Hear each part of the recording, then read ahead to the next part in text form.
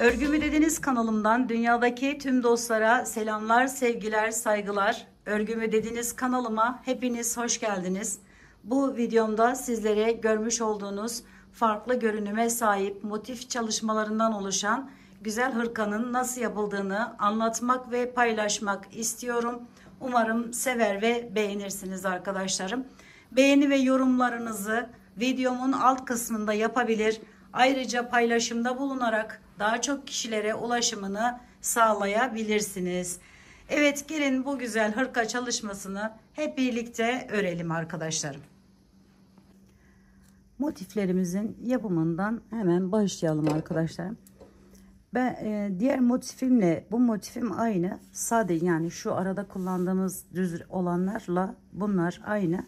Sadece bu renkli. Biraz daha zor olduğu için onun yapımını size anlatmak istiyorum. Diğerini anlatmama gerek yok çünkü aynısı arkadaşlar. Şimdi öncelikle şu şekilde bir halka yaptım. Bu halkamın içerisine giriş yapıyorum. Şöyle. Hangi ipi kullanacaksanız onunla bir orta yapacağız.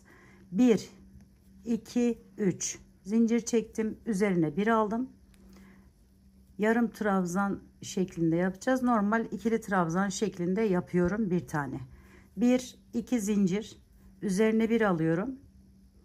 Şimdi yarım trabzan yapıyorum önce. Üzerine bir daha alıp bir yarım trabzan daha yapıyorum. Ve birleştiriyorum üçüncüde. 2 zincir çekiyorum. Bu işlemi 8 defa tekrarlayacağım. Yani 8 tane bu şekilde yer yapıyoruz arkadaşlarım. İlk ortada şöyle 1 2 zincir, aralarına 2 zincirli bu şekilde yerler yapıyoruz.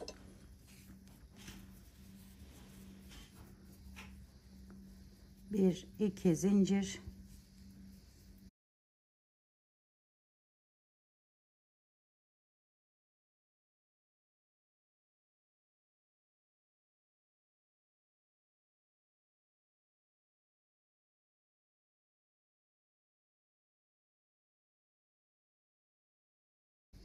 iki dört altı yedi, sonuncuyu da yapıyoruz.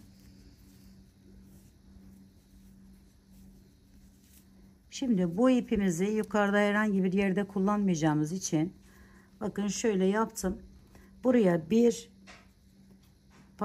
şöyle aldım, üzerine bir tane. Bu alttaki fazla ipimi yukarıya doğru çekiyorum ve bakın şuradan giriş yapıyorum arkadaşlarım. Şu tepe noktasından şuradan giriş yapıyorum. Şöyle çekiyorum. Bir tanesini çektim. İkili trabzan şeklinde üzerine alarak yapmıştım. Birini çekiyorum bu şekilde. Sonra hangi renk ipi kullanacaksam ikinci sırada o ipimi alıyorum. Şöyle tutundum ve onunla bu ikili trabzan olan yerimi tamamladım. Şimdi burada şu iplerimi bakın, şu fazla ipimi ve diğer sarı ipimi şöyle tutup çeviriyorum biraz. 1 2 3 tane zincir çekiyorum. Üzerine bir alıyorum. Hemen yanına bir tane ikili trabzan yapıyorum. Burada yarım trabzan yapma yerimiz yok. 1 2 zincir çektim. Üzerine bir aldım. Hemen yanındaki yerin içerisinden bakın şu aradan giriş yapıyorum. Bir, tekrar bir daha 2. 2 tane böyle yaptıktan sonra birleştiriyorum. 1 2 zincir, her bir boşluğa 2 tane yarım trabzanları yapıp sonra tamamlıyoruz arkadaşlarım. Şöyle 1 2 zincir, tekrar diğerine geçiyorum. Bu arada bunları da gittiği yere kadar götüreceğim ve diğer normal ipimi keseceğim arkadaşlar. Şöyle aldım. 1 2 zincir arasında her birine 2 tane bu şekilde yerler yapıyoruz. 1 2, bunu da son defa yapmış olalım.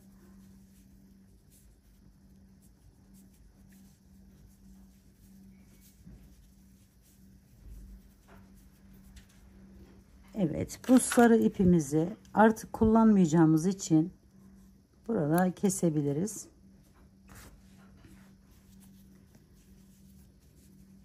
Bunu da bu şekilde devam ettiriyorum.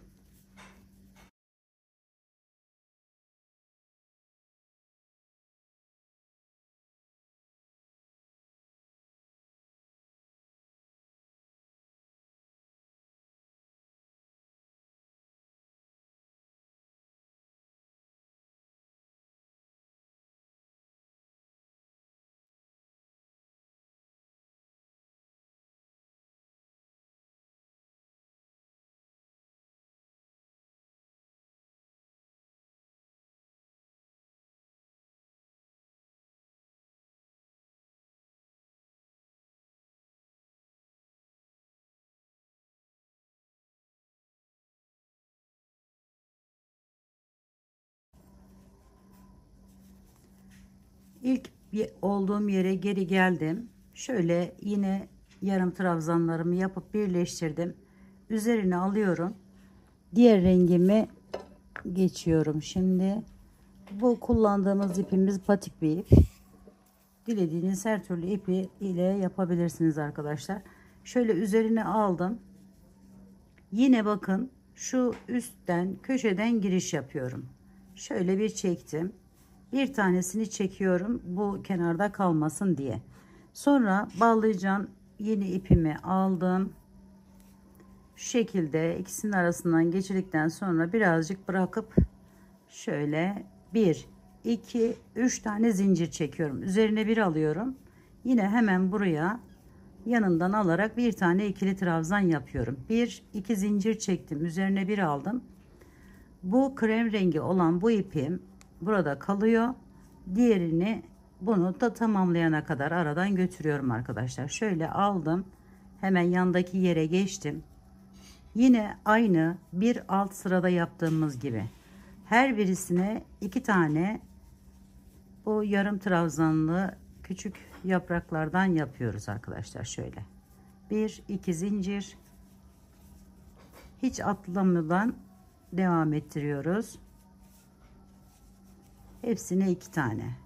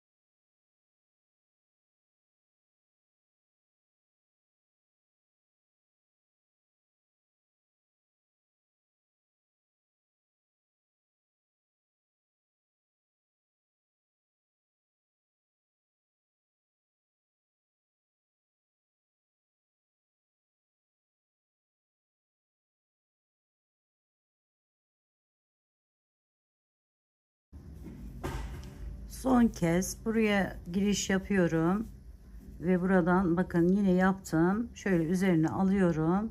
Buradan girişimi yapıyorum. Aşağıdan bu ipimi yukarıya doğru alıyorum arkadaşlar. Bir tane buraya önce çekiyorum. Sonra ikinciyi diğer alttan çıkarttığım bu renk ipimle devam ediyorum. 1 2 3 4 tane zincir çekiyorum bu defa. Üzerine 2 doluyorum. Sonra burada şimdi köşeleştireceğiz arkadaşlarım. Yuvarlaktı. Bunu 4 köşe haline getireceğiz. Yani kare yapacağız. Şöyle girişimi yaptım yine. 1 2 3 üçlü trabzan yapıyorum. 1 2 3 tane zincir çekiyorum. Üzerine bir alıyorum bu defa.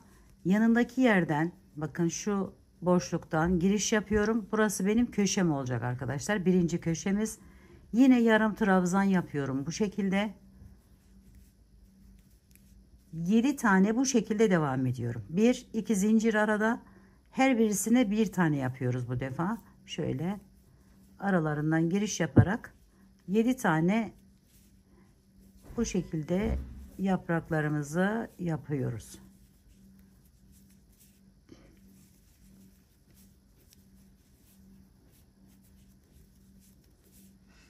Yine aralarında ikişer tane zincirimiz var.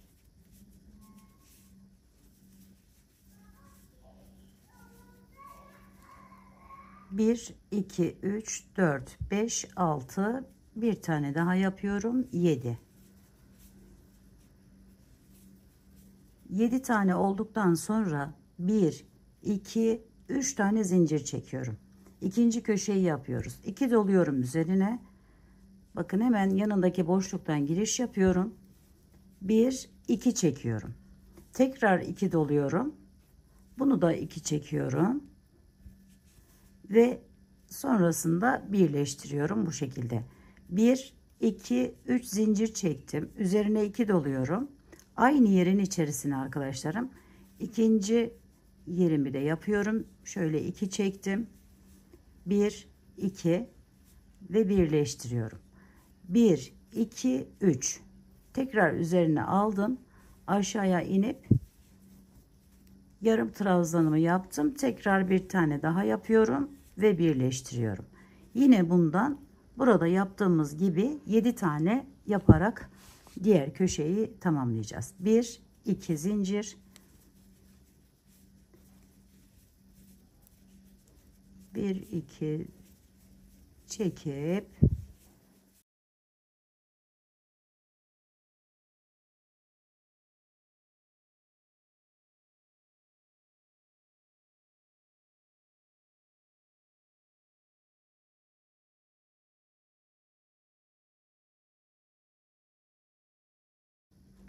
bir, iki, üç, dört, beş, altı, bir tane daha yapalım.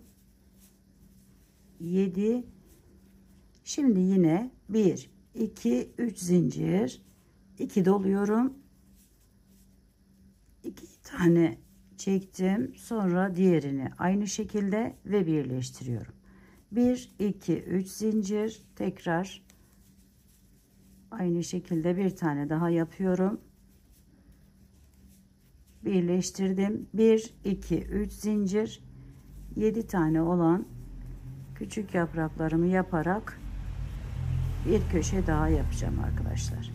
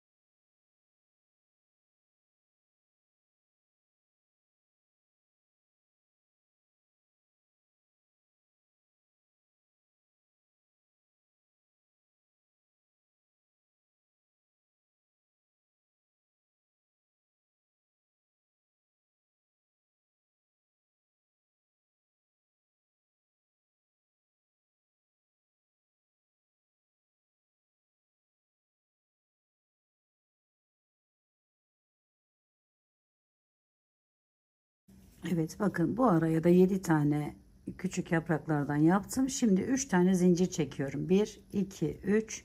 Üzerine 2 doladım. Bu ilk geçiş yerimiz. Hemen oradan giriş yapıp 2 tane şöyle üçlü trabzan şeklinde yapıp birleştirdim. Şimdi üzerine bir alıyorum. Yine bu köşeden hemen üstünden giriş yapıyorum. Alttaki bu ipimi yukarıya doğru çekiyorum. Şunu da şöyle birleştirdim. Buraya bir tanesini çektim. Diğeri duruyor. Renk değişikliği yapacağım. Şu rengimi alıp bu bir üst sırayı bu şekilde bu rengimizle tamamlayacağız. Yine bundan bakın şöyle biraz ip bırakıyorum. Sonra 4 tane zincir çekiyorum. Artık buralarda üçlü trabzan şeklinde ilk başlarken 4 tane zincir çekiyoruz. 2, 3, 4. Üzerine 2 doladım. Bu iplerimi diğerlerini şöyle arkaya doğru alıyorum. Buradan arkadaşlarım giriş yapıyorum. Ve bir tane şöyle üçlü trabzanımı buraya yapıyorum.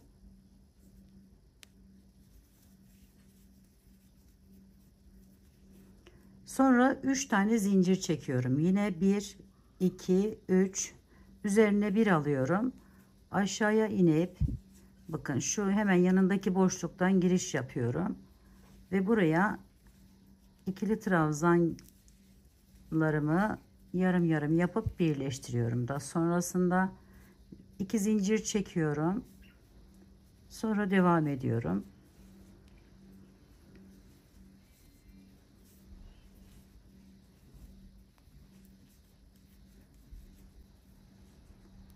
Her bir araya yine yarım trabzanları yaparak devam ediyoruz.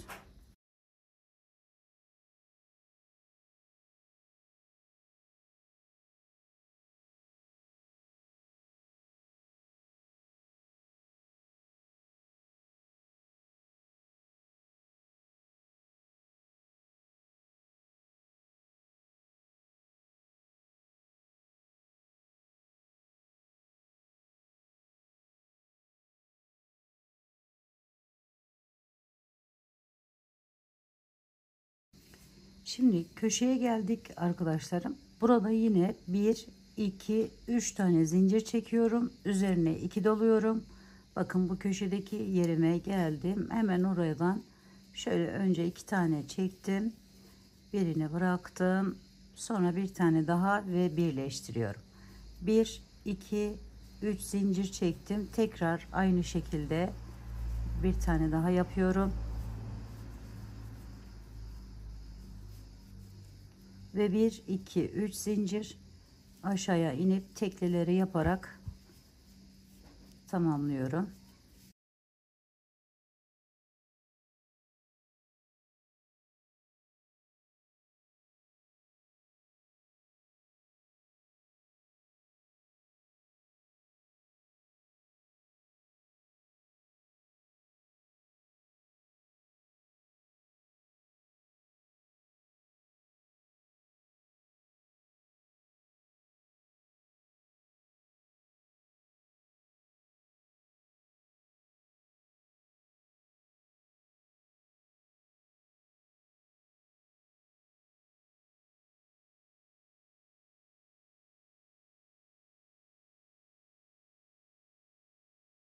Yine diğer köşede de aynı şekilde 3 zincir,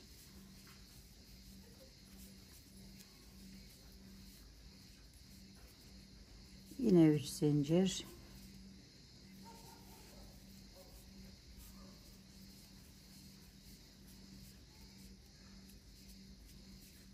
ve tekrar bütün etrafını bu şekilde diğer kalan kısımları da tamamlıyorum arkadaşlar. Şöyle bir görüntü elde ediyoruz. Evet, buraları da aynı şekilde devam edelim.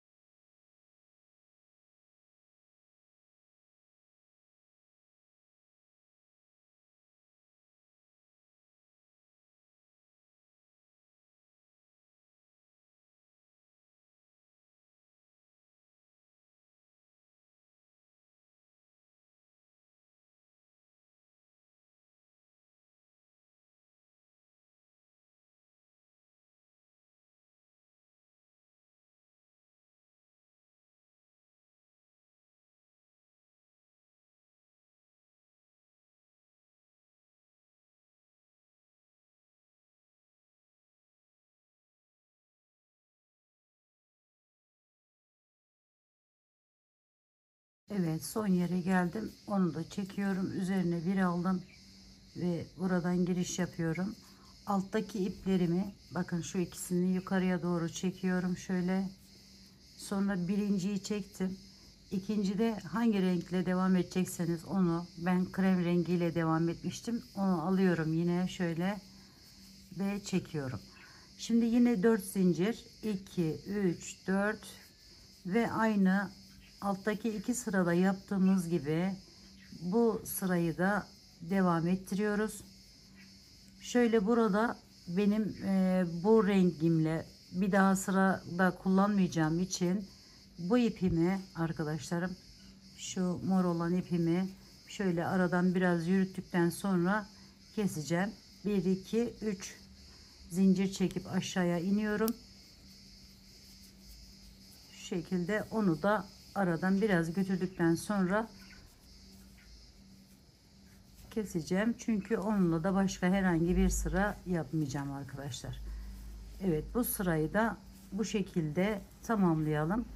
Aynı bir altta yaptığımızı tekrarlıyoruz.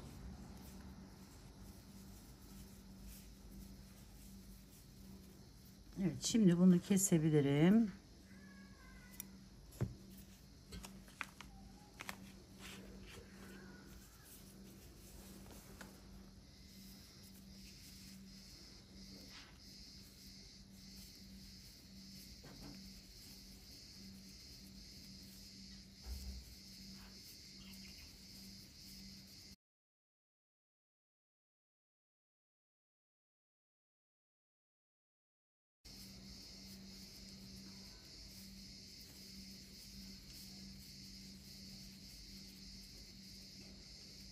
Üç zincir üzerine 2 dolayıp önce ikisini çekiyoruz, sonra birlikte 1 2 3 ve bu şekilde devam ettiriyoruz.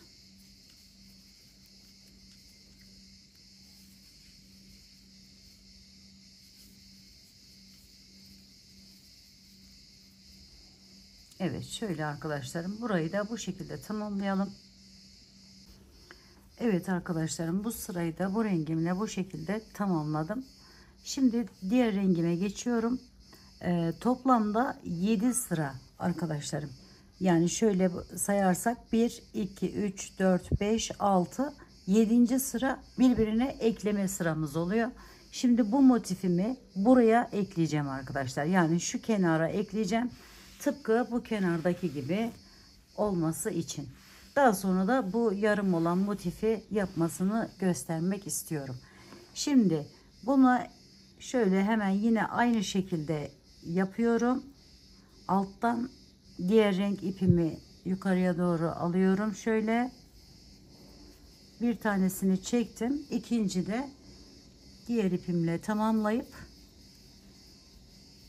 1 2 3 4 tane zincirimi çektim. Yine üçlü trabzan yapmak için şöyle bir tane yapıyorum. Şimdi bir kenarı birleştireceğimiz için böyle buraya kadar gelebiliriz bu şekilde. Aynı şekilde devam ettirerek motifimizi sonlandırıyoruz. Şimdi bu motifi ne kadar büyüklükte hani birine yapacaksanız ya da ne kadar küçük yapacaksanız bu sıra sayısını arttırıp azaltmanız gerekiyor. Mesela küçük birine yapacaksanız bunu şöyle 1 2 3 4 sırada bitirebilirsiniz. Daha büyük olacaksa eğer hırkanız bunu 8'e 9'a 10'a 10 sıraya çıkartabilirsiniz. Yani burada motifler bu hırkanın büyüklüğünü küçüklüğünü ayarlayan arkadaşlarım. Şöyle ben hemen devam ediyorum. 2 3 zincir çektim. Aşağıya inip şu ipimi de biraz götürüyorum. Ve bir kenarını birleştireceğim için diğer kenarları örerek devam ediyorum. Yani bu benim motiflerimin, hani benim yaptığım hırkamın son sırası ama başka daha hani küçük olursa bir önceki sıraydı. Bu 7 sırada büyüklüğündeki motif benim için yeterli oldu. O yüzden bu birleştirme sıram oluyor. Şimdi ben şu fazla ipimi, yani diğer ipimi de kesiyorum ve aynı alttaki diğer renkleri yaptığımız işlemi tekrarlıyorum bu sırada da.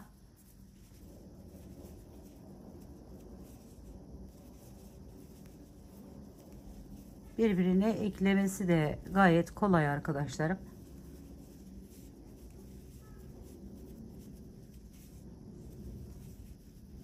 Renkli olan motifleriniz hangi büyüklükteyse düz renkle yapmış olduğunuz motiflerde aynı büyüklükte olması gerekiyor.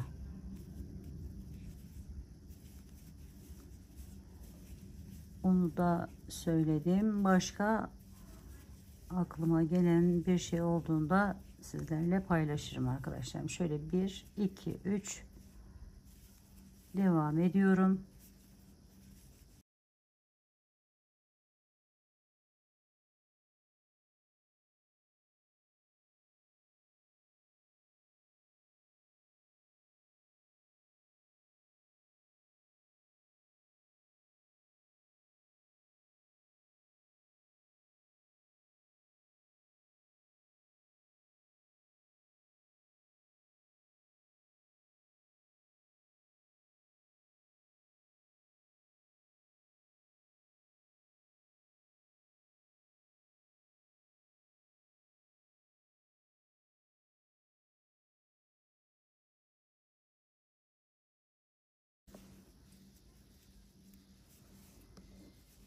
Evet, şimdi birleştirme köşeme geldim. Tek kenarı birleştireceğim için buraya kadar yaptım arkadaşlarım.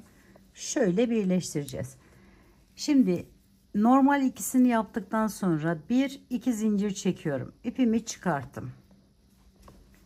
Parçamı alıyorum. Birleştirim yapacağım yeri. Şöyle tuttum arkadaşlar. Şuradan giriş yapıyorum. Bakın burası hem bunun hem bunun birleşim yeri. Şöyle tuttum. Bunu da alıyorum. İçerisinden geçiriyorum. Sonra bir iki zincir çekiyorum. Üzerine 2 doluyorum. Köşe olduğu için. Hemen buraya 2 tane yine şöyle çektim. Üçüncü de birleştirdim. Üçlü trabzanımı yapmış oldum. Şimdi bir tane zincir çekiyorum. Bu tarafa doğru birleştireceğim. Bakın şuraya doğru. Şöyle. Bir zincirden sonra burası köşe. Buraya geçiş yapıyorum. Bunu da buradan aldım. Bir tane normal bağladım. Bir zincir daha çekiyorum. Üzerine bir aldım. Çünkü aşağıdaki küçük yere geçtim arkadaşlar. Şöyle. Sonra ikinciyi de aynı şekilde yapıyorum. Bir tane zincir çekiyorum. Çıkartıyorum. Diğer boşluğa geçtim. Orayla birleştiriyorum. 2 zincir çekiyorum. Üzerine bir aldım. Bir zincir çektim. Birleştiriyorum. Bir iki zincir çekiyorum. Tekrar diğerine geçiyorum. Böyle tek tek hepsini birleştiriyoruz. Birleştirmesi de bakın bu kadar kolay bir çalışma.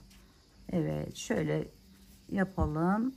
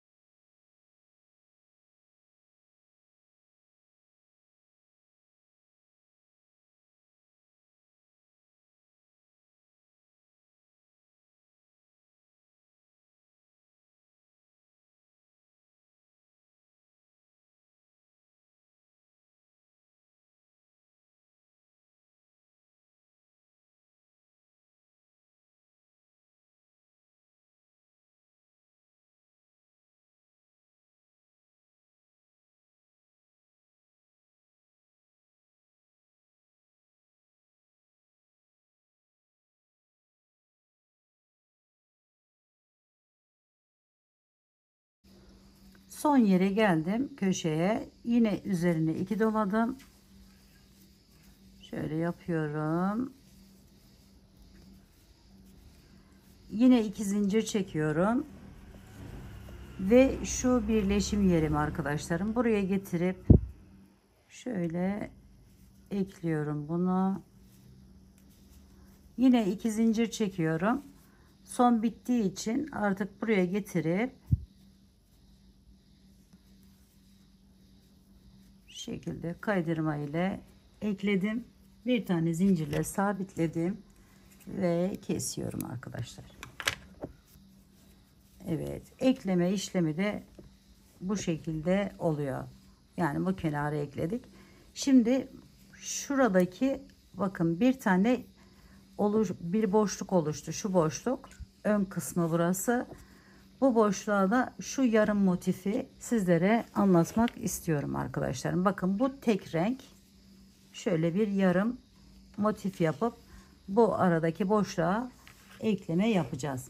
Şimdi o eklemeyi de iyice kafanızda oturtmuş olacaksınız böylelikle. Şimdi yarım motife geçelim. Şöyle aldım ipimi, yine bir halka yapıyorum. İçerisine giriş yapıyorum. Motifim 8 taneydi. Şimdi yarısı yani 4 taneye düşüreceğim. Şöyle ilkinden başladım. 1 2 zincir arada 4 tane bu şekilde yer yapacağım arkadaşlarım ilk etapta. Aynı büyüklükte olacak. Şimdi göreceksiniz. Aynı şekilde aynı sırada olacak. Şöyle. Bu da dördüncü yerim. Şöyle 1 2 3 4.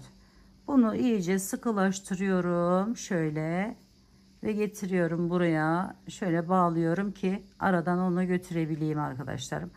Yine burada 1 2 3 tane zincir çektim. Şu şekilde. Sonra üzerine bir alıyorum. Bakın hemen dibinden giriş yapıp buraya bir tane ikili trabzan yapıyorum. Yarımları yapamayacağım için şöyle tek bir tane yaptım.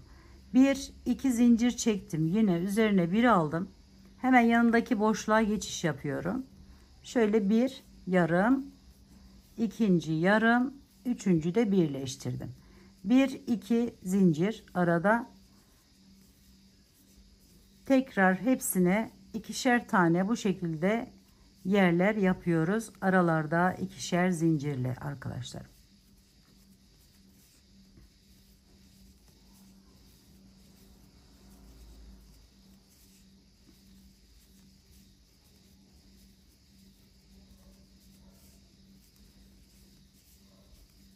Son boşluğa da bu şekilde yaptıktan sonra yine 2 zincir çekiyorum. Üzerine bir alıyorum ve geliyorum buraya giriş yapıyorum. Bakın buralarda ilk 3 sırada üzerine bir alıyoruz. Daha sonra üzerine 2 alarak üçlü trabzan şeklinde yapıyoruz arkadaşlarım. Şöyle. Şimdi 1 2 3 zincir çektim. Geri çevirdim. Hemen dibinden bir tane alarak ikili trabzanımı yapıyorum. 1 2 zincir çektim.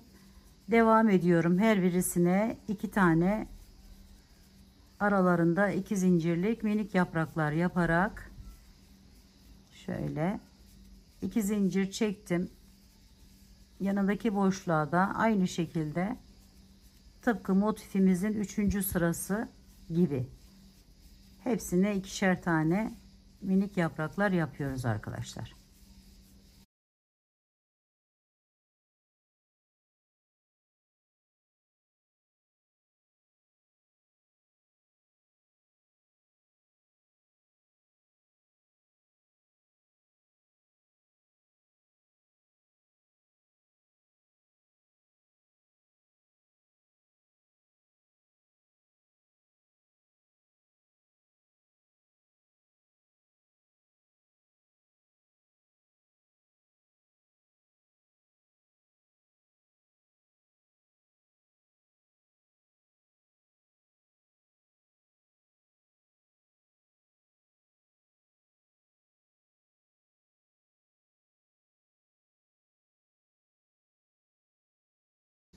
Yine sona geldim. Aynı şekilde bakın girişimi yapıyorum. 2 tane yarım trabzanı sonra birleştirdim. Şimdi 3. sıradan 4. sıraya geçtiğimizde 1 2 3 4 zincir çekiyorum. Çevirdim, üzerine 2 doluyorum ve hemen dibinden giriş yaparak buraya bir tane üçlü trabzan yapıyorum. 3 tane zincir çekiyorum. 1 2 3, üzerine 1 aldım.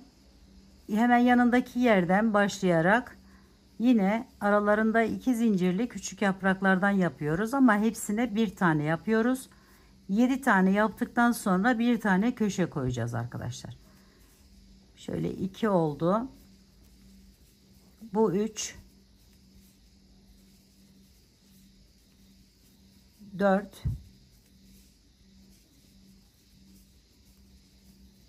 5,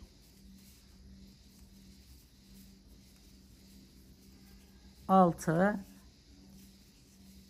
ve 7. Şimdi 7 tane bakın bu şekilde geldim. 1 2 3 zincir çektim. Üzerine 2 doladım. Ve buraya üçlü trabzanın önce 2 tane çekiyorum. Şöyle aldım ve birleştirdim. 1 2 3 zincir, üzerine 2 doladım. Tekrar 2 tane bu şekilde yaptıktan sonra birleştiriyorum. 1 2 3 zincir, aşağıya iniyorum. 7 tane küçük yapraklardan yapıyorum. Arada 2 zincirli, bir de 2,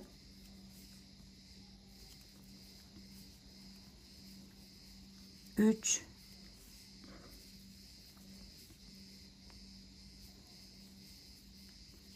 4, 5, 6 ve 7. Şimdi 3 zincir, üzerine 2 doladık. Geliyoruz, buradan giriş yapıp buraya önce iki tanesini çektim, üçüncüyü birleştirdim. 1 2 3 4 çevirdim. Aynı şekilde devam ettiriyorum. Toplamda ilk baştan itibaren 7 sırada bunu yapacağız arkadaşlar. Şu anda 5. sıradayız. Aynı bakın altlar 2 zincirli minik yapraklardan yapıyoruz.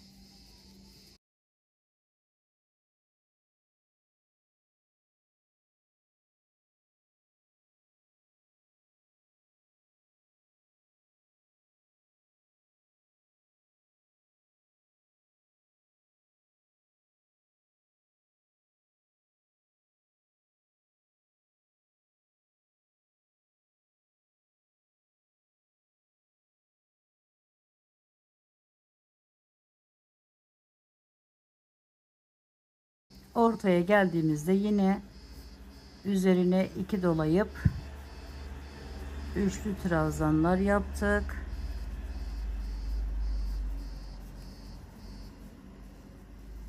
Bir iki üç zincir çekip tekrar ikililere devam edip bir sonraki sıraya geçiyoruz arkadaşlar.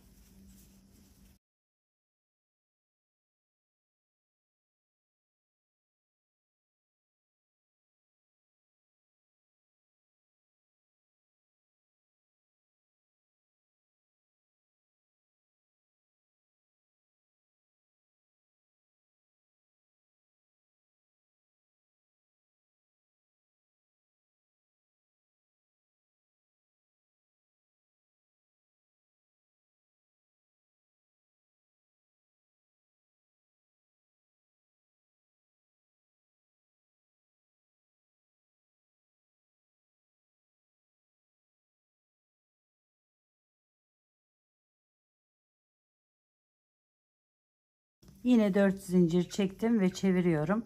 Şöyle 1 2 3 4 5, bu 6. sıramız oluyor. Hemen bunu da tamamlayıp 7'de artık bağlayacağız arkadaşlar. Bunu da aynı şekilde devam edelim.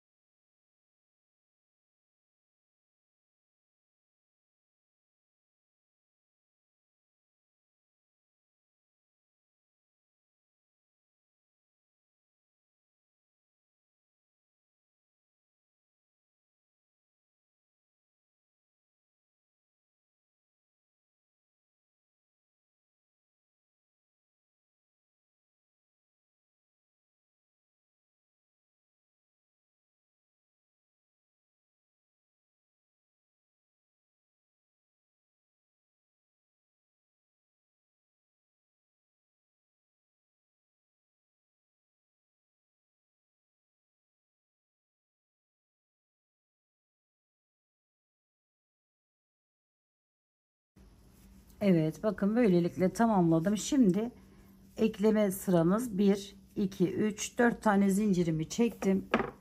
Ekleyeceğim yer şu boşluk arkadaşlar. Bakın şu iki motifin arası, ön kısmımız burası. Şimdi buraya eklememizi yapalım. Şimdi buradan şöyle çevirdim örgümü de aynı zamanda. Bu motifimin buraya ekleyeceğim. Ondan dolayı bunu çıkartıyorum. Sonra buradan giriş yapıyorum. Hemen şöyle girişimizi yapalım.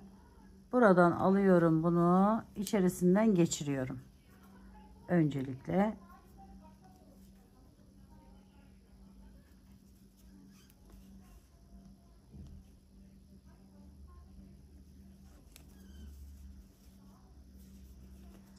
sonra burada bir tane şöyle zincir çekiyorum. Üzerine 2 doluyorum. Hemen yanına giriş yapıyorum arkadaşlarım, şöyle. Yani köşedeki o yerimden motifimi şöyle çevirmem gerekiyor. Evet. Bakın şu her zaman aldığımız gibi alıyoruz ve buraya 1 2 3'lü trabzanımızı yapıyoruz. Sonra bir zincir çekiyorum. Şuradan geldim, bakın. Hemen bu köşedeki birleşim yerinin yanındaki bu yerden girişimi yapıyorum. Buradan çekiyorum. 1 2 zincir çektim. Üzerine bir aldım. Aşağıya iniyorum. Bakın şuraya.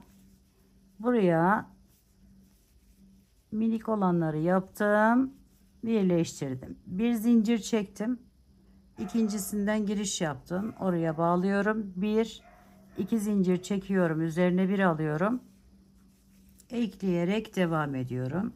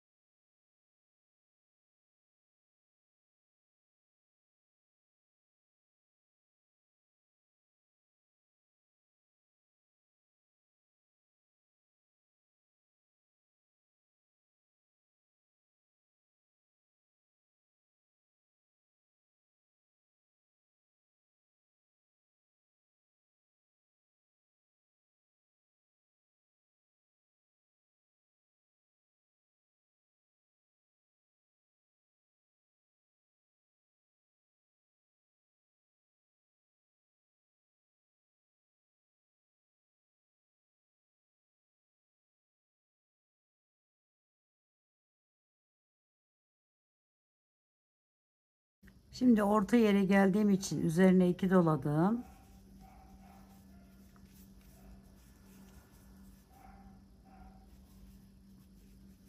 Bir iki zincir çektim.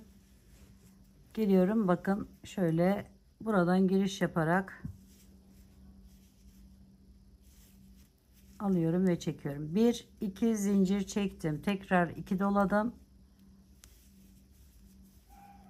Üçlü trabzan şeklinde yapıyorum.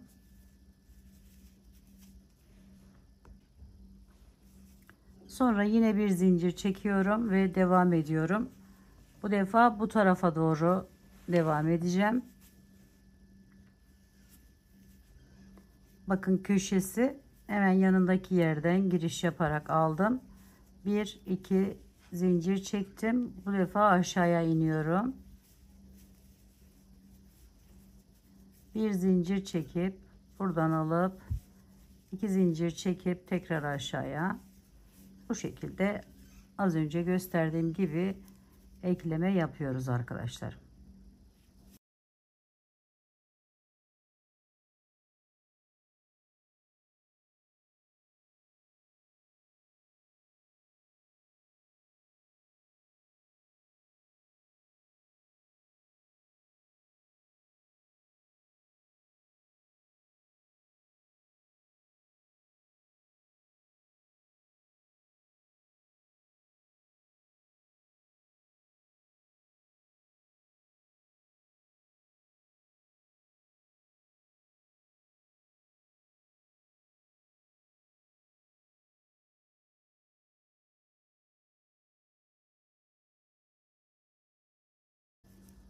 Bakın bu kenardan giriş yapıyorum.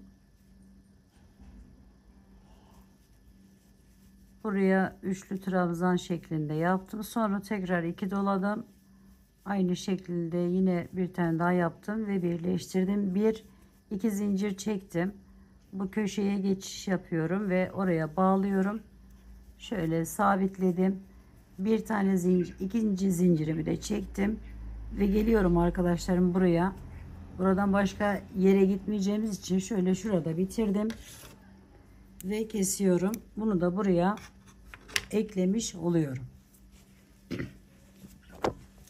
Bakın şöyle bir yer elde etmiş olduk arkadaşlarım. Şu ikisini birlikte yaptık.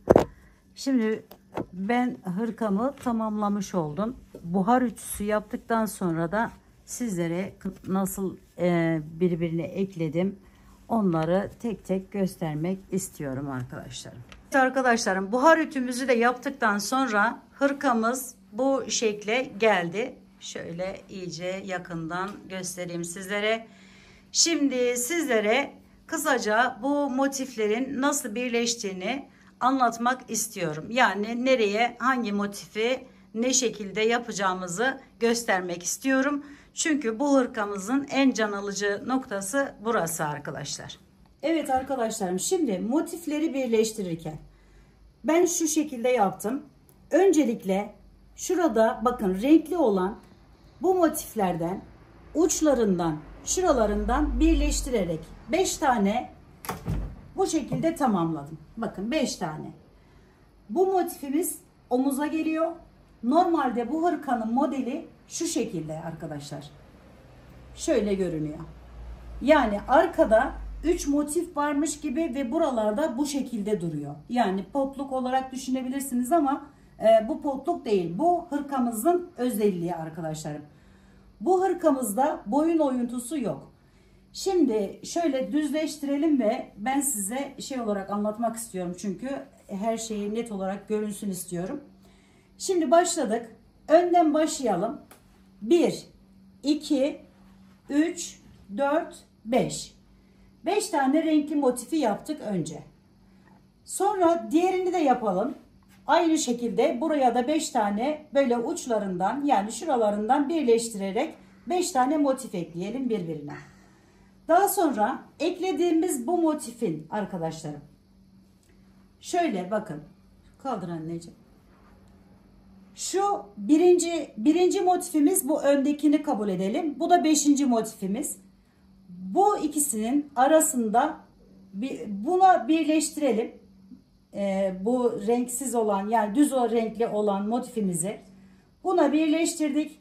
Sonra bu arka tarafa geçtik. 5. motife de ekledik. Sonra buradan ikinci, buradan da 4. motifimizi de ekliyoruz. Yani şu araya şu şekilde ekliyoruz. Ve şu görüntü elde ediyoruz. Bakın. Şöyle burayı tamamlamış olduk. Sonra arkadaşlarım aynı işlemi diğer tarafa da yapıyoruz. Bakın orada da bir tane şöyle araya ekliyoruz. Daha sonra indir anneciğim kolunu. Daha sonra bu yaptığımız iki parçayı arkadaşlar, arka kısmı, arkada burada 5. bu da 5. motifimiz, arasına bir tane düz motif ekledik. Aynı zamanda ikinci ve buradan da buraya da ekliyoruz arkadaşlar. 4. motiflerimize de ekliyoruz. Bu arayı kapatıyoruz. Sonra 3. motiflerimizin arasına yine aynı şekilde bir tane düz motif yapıyoruz. Bu kısmını, arkayı tamamen tamamlamış olduk. Bakın buraya eklemiştik zaten. Şimdi öne geçtik. Önde arkadaşlar şöyle göstereyim.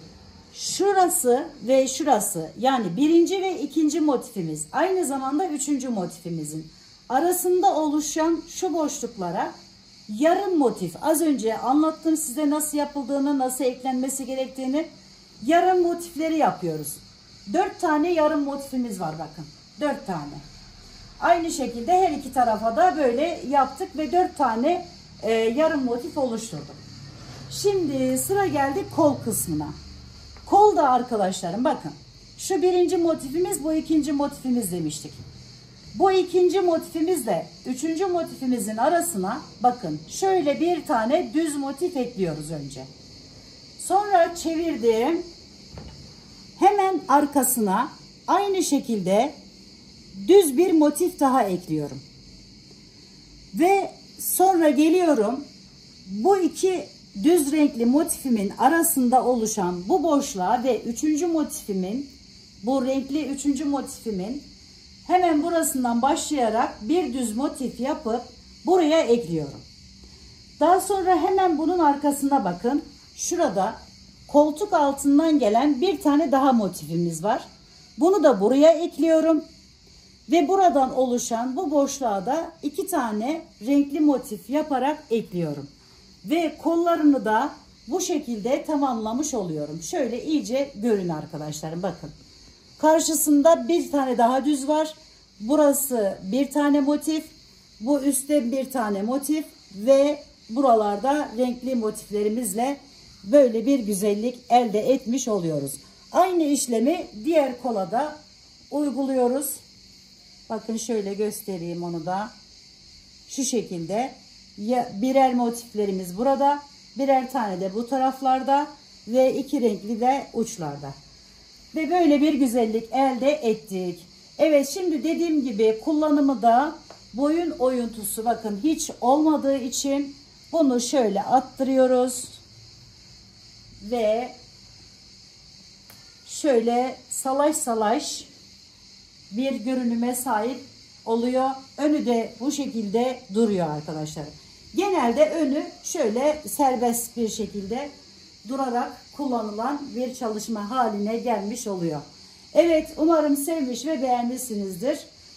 Yapacak olan arkadaşlarıma şimdiden kolaylıklar diliyorum. Örgümü dediniz kanalıma abone olmayı, beğenmeyi, yorum yapmayı, paylaşımda bulunmayı unutmazsanız çok mutlu olurum. Bir dahaki en farklı, en değişik örgü model, teknik ve tasarımlarında görüşmek üzere. Hoşça kalın, sağlıkla kalın, Allah'a emanet olun arkadaşlar.